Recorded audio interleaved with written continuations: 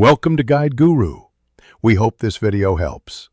You begin by confirming essentials, free up about 20 GB, and check your current build and settings so you know what changes. Once done, create a quick backup to an external drive or cloud. This protects you if the upgrade fails. Make sure Windows Update is set to automatic, and your device is plugged in with at least 50% battery or connected to power. Now open Settings Update and Security to start the actual update process. You now continue by initiating the download.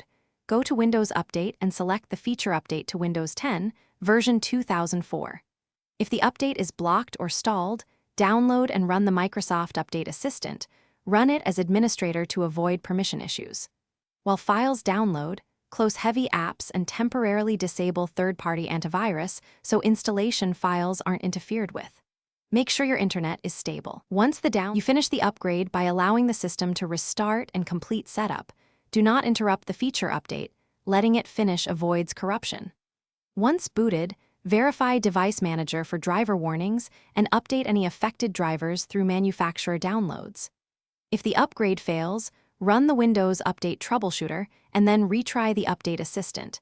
This often clears stuck components. One key tip: disconnect non-essential USB devices during install.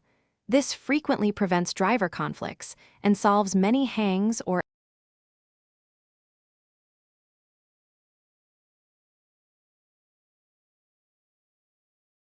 Thanks for watching. Consider subscribing if we helped you today.